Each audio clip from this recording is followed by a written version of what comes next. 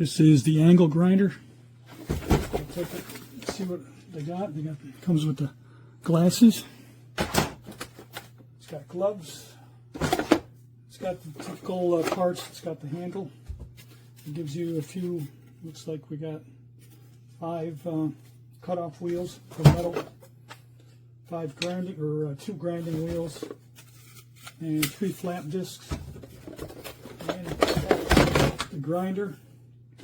It's got the guard and the instructions, and it comes with the spanner wrench as well. It's got good power. I did assemble it and tried it a little bit. It's got good power, and it's a simple operate. Nothing wanky about it or nothing. It's pretty straightforward. It's heavy duty. I think it should last pretty good.